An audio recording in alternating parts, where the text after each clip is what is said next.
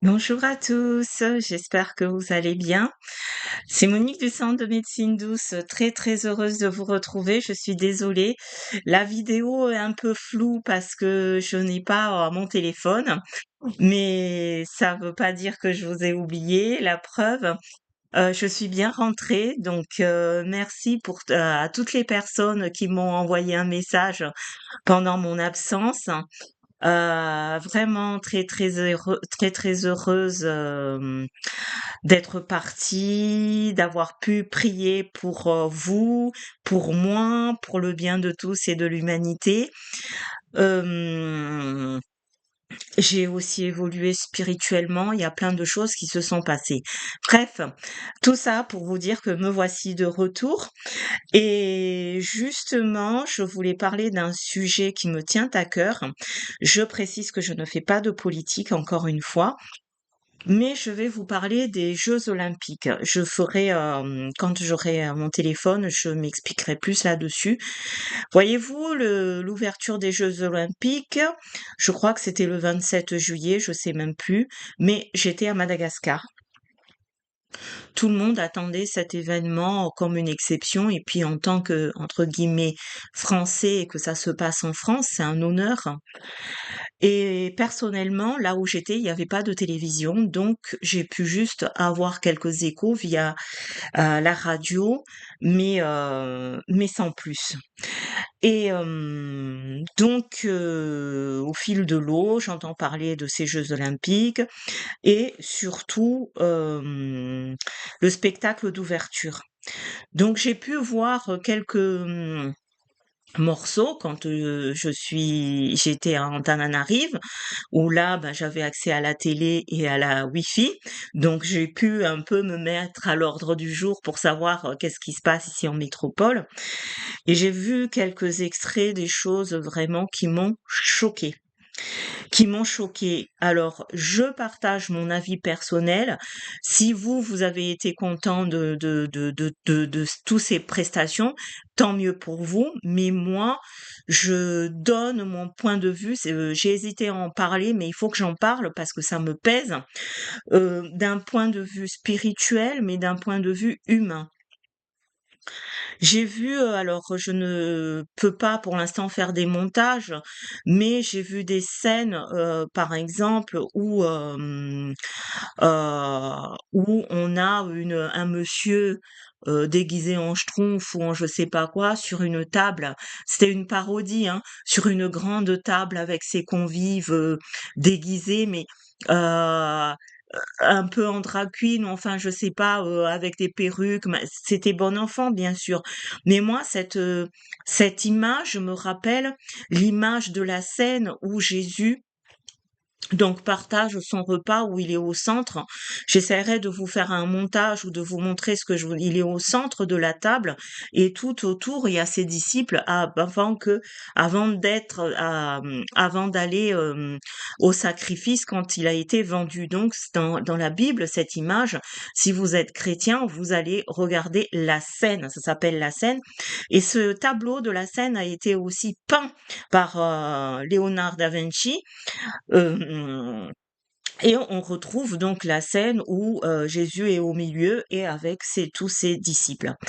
Sauf qu'il y a une parodie de cela où on a un monsieur à mi-bleu, mi-gris, barbu avec, comme César, un brassard en feuille et puis en string ou en slip ou en je sais pas quoi, avec toutes les personnes autour en train de partager un repas. Donc là, je vous ai fait un post en disant que nous sommes dans l'évolution, donc le monde est en train de changer. Nous sommes dans ce mouvement d'évolution du monde, de notre monde à nous, la cinquième dimension, et je vous ai dit qu'on était dedans. Et moi, cette image m'a choquée parce que quand vous voyez donc cette image, il y a une autre image aussi qui m'a choquée, le veau d'or. Vous avez le veau, le taureau en or placé là. Qu'est-ce que ces symboliques viennent faire durant les Jeux olympiques? À la rigueur, si on avait heu, que dirais-je? Des sculptures grecques qui nous rappellent donc la Grèce antique par rapport aux Jeux olympiques, je veux bien. Mais là, on a une grosse tête de taureau ou de veau, enfin c'est plutôt le veau d'or qu'on peut retrouver dans la Bible de l'Apocalypse, qui symbolise, et puis on le trouve aussi cette image dans les 10 commandements de Moïse, où pendant que Moïse est à la montagne en train de parler à Dieu, les personnes en bas étaient dans l'orgie, et il y avait une représentation de taureaux, de veaux, où tout était permis. Tout ça dégage en moi cette image où on vous montre sciemment euh, qui c'est qui est là, la bête, qui c'est qui nous gouverne actuellement. Mais il faut être comment dire, il faut vibrer, monter en vibration pour comprendre. On vous sert, on vous l'a servi, tous ces images pour les Jeux olympiques, parce que bon, pour moi, les Jeux olympiques, ça doit signifier donc la performance des athlètes. On aurait pu voir les défilés des prestiges de la France. Qu'est-ce que c'est que la France? La gastronomie française, comme ça s'est passé en Chine, où on a eu les différentes ethnies chinoises, etc. Alors que là, c'est pas du tout ça. J'ai vu aussi quelques extraits de la Gay Pride. Qu'est-ce que ça a à faire là? Voilà, qu'est-ce que ça a à faire là? Donc, ne vous faites pas duper, ne vous faites pas embobiner par tous ces mascarades de l'image, c'est de la manipulation. Enfin, voilà ce que je pense. Après, si vous étiez heureux, si ça vous a fait plaisir, tant mieux pour vous. Mais quand on est dans la spiritualité, tous ces moments montrent vraiment euh, qui est là? Posez-vous la bonne question. À quoi ça a servi tout ceci? Tous ces images c'est des images spécifiques que je vous donne. Est-ce que ça a lieu pour un Jeux olympiques? Franchement, quand qu'on soit musulman, bouddhiste ou n'importe quoi, quand on est dans la spiritualité, j'ai trouvé que le peu d'images que j'ai vues, ces images-là, elles étaient choquantes. Et ça ne représente pas mes valeurs par rapport au jeu, par rapport à la fraternité, par rapport à l'égalité. Là, on nous montre vraiment que nous perdons de nos pouvoirs. Nous sommes manipulés. Qui détient le pouvoir? Posez-vous la question par rapport à ces manifestations, donc de l'ouverture des Jeux. Posez-vous les bonnes questions. Donc, je tenais à faire cette vidéo parce que pour moi, vraiment, je ne voulais pas le faire, hein, mais ça m'a blessée de tout mon être parce que je vous ai dit que le monde était en mutation, mais de cette mutation-là, regardez, qui qui manipule derrière? Je ne veux pas faire de théorie de complot, c'est juste analyser les images qu'on vous a servies. Imaginez-vous que pour un Jeux olympiques, qu'est-ce que la scène où quelqu'un qui est déguisé avec son fleuron, qui a autour de sa table, on dirait les disciples de Jésus-Christ, ou quand vous avez ce veau d'or, cette tête de taureau, qu'est-ce que ça a à faire là? Posez-vous les bonnes questions. Et je finirai par vous dire, prenez de la hauteur, analysez ce que je vous dis, vous êtes libre, nous sommes dans un pays, encore une fois, de liberté de penser. Prenez le temps de penser et d'analyser parce que je vous ai dit, je veux pas faire peur, mais je vous ai dit que notre monde était en pleine mutation, on est en plein dedans.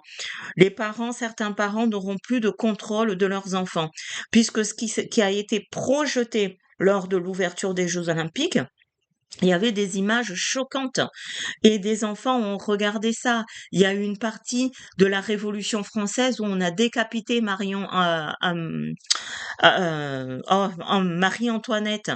Qu'est-ce que ça a à faire là? Cette image-là de décapitation.